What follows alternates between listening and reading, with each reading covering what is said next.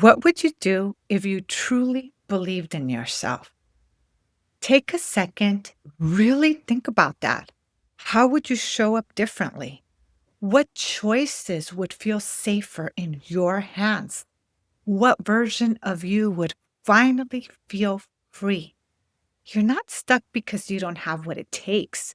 You're stuck because somewhere along the way, you started doubting who you are. It stops here. You do not need to fake it until you make it. You don't need to become somebody else. You need to come back to who you are at the core. Let's talk about how to actually do that. How to build the kind of confidence that doesn't crack when life gets loud because it's built from the inside out. If you've been doubting yourself, second guessing, holding back, there's nothing wrong with you. You weren't born with self doubt, it was passed down, taught, and modeled. Maybe you were told to quiet down, make yourself small, not rock the boat, or to stop being too much. As a result, you learned to shrink, to question your own voice, to hustle for worth instead of stand in it. When I understood the difference between hustling for worth versus standing in my worth, everything changed because I learned that worth is built through alignment, not through chasing it outside of us and having external validation or hustling for it. Confidence grows when your actions match your values, when your voice reflects your truth, when you stop performing and start living. What do I mean by performing? We are living in a society where many things are performative. For example, most of us have a social media account, and many times those social media accounts are curated and they appear that you are leading a certain life that may or may not reflect your reality. You've heard of influencers who seem like they're rich and famous and in fact are actually broke. What ends up happening is that we're living from a place of facade. And if we're living from a place of facade, our entire foundation is loose. And all we're doing is performing something we are not. I gave the example of social media, but it could really be anything. Another example is you might have some type of family pressure to be a certain way, to look a certain way, dress a certain way, speak a certain way, and you perform that for the pressure, but you're not really being yourself. And that's what I'm talking about performing, being for the sake of being because you are expected to be that, not because that's who you truly are. When we come back to this idea that confidence is built through alignment, everything starts to change because confidence grows when your actions match your values, when your voice reflects your truth, when you stop performing and start living as you. You do not need to keep spinning. You are allowed to pause, to align, to realign, and to build from there. To help with that, today we're going to talk about 5 steps that can build confidence that lasts. If you want confidence that lasts, we need to do things that are grounded in practicality. Here are 5 steps that can help you rebuild trust within yourself and reconnect with your confidence in a way that feels real and lasting. One, keep micro promises to yourself. Confidence starts small and it grows over time. It actually grows every time you do what you said you would do. You build upon that and create neural pathways that become your reality. As you keep those promises to yourself, they become a habit, a discipline, and a practice. Out of bed when you said you would, showing up to the hard conversations, and when you say yes or no from a place that's truthful and grounded. Every one of those moments tells your brain we are safe to trust ourselves again. And that's everything.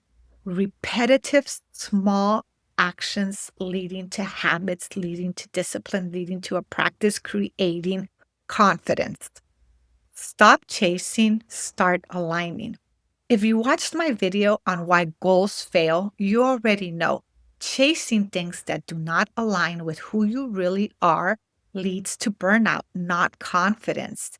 And the shift starts by asking, does this honor who I am becoming? If it's not aligned to that, you do not need to force it. Confidence comes when you move with integrity. Step three, audit your environment. Who you surround yourself with matters.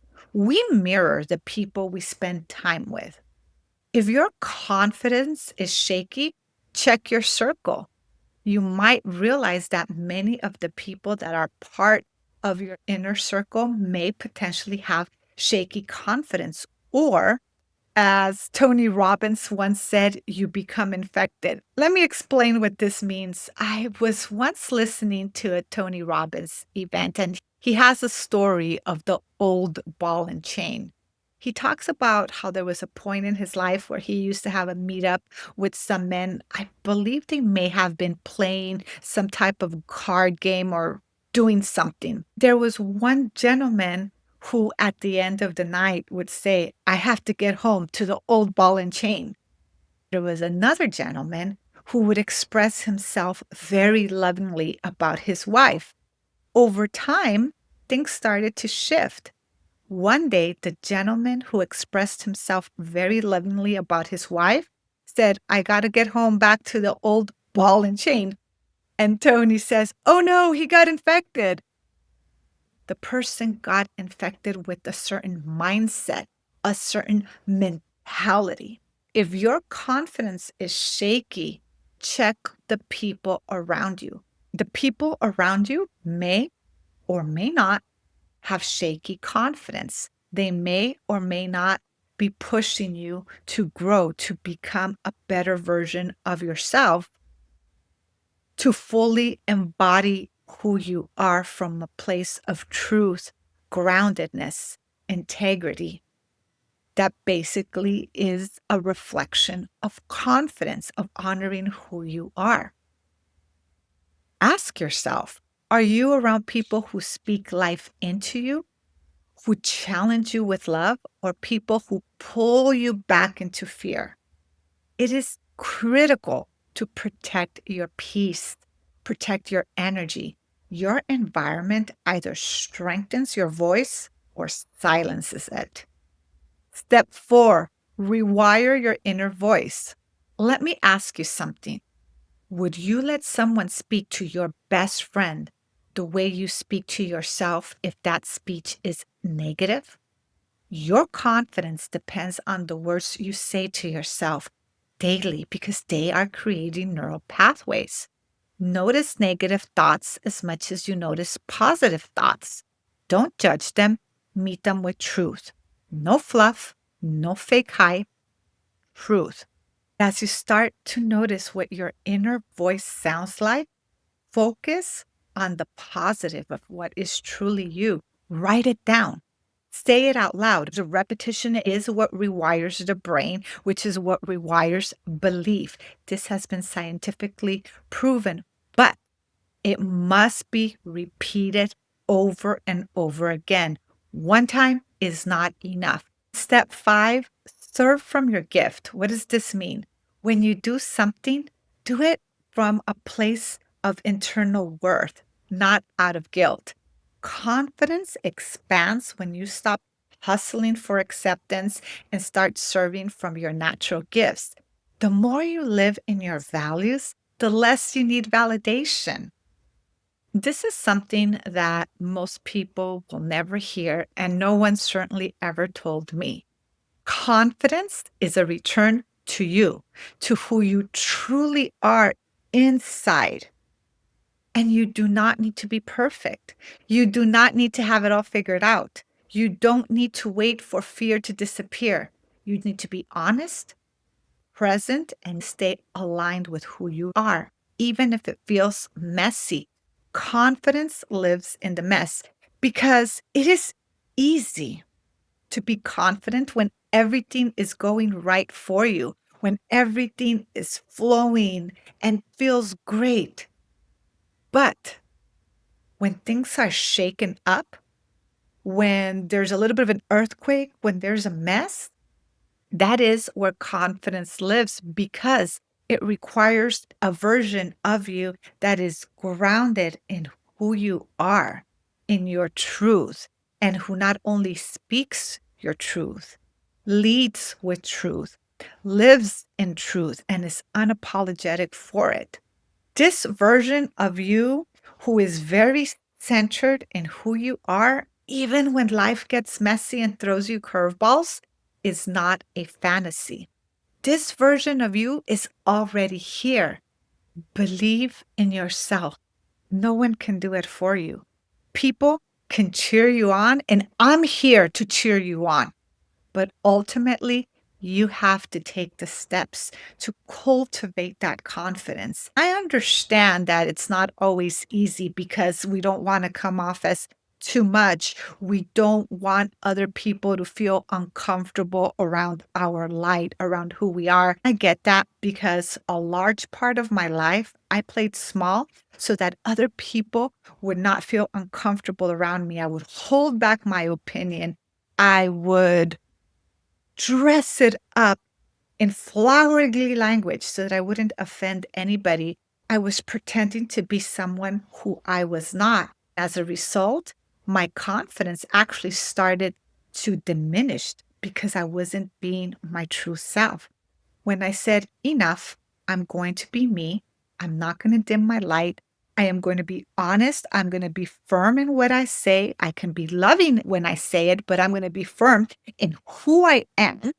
Some people will embrace that and some people won't. That's okay because when you are true to you, to who you truly are, you're in power, you're in alignment, you are in integrity, and nothing can shake you up. Nothing can drop you down because you've learned to embrace the mess. There will be curveballs. As long as you live in integrity and truth and you're not out to harm anybody, who you are is enough. If you're still here with me, it's because somehow this message resonated with you and it's not random. So hit the subscribe button. It makes a difference and helps the channel grow. If you need support, I do have one-to-one personal sessions. The link is below. Remember, you do not need to chase confidence. It's already within you. Until next time, make it a great day.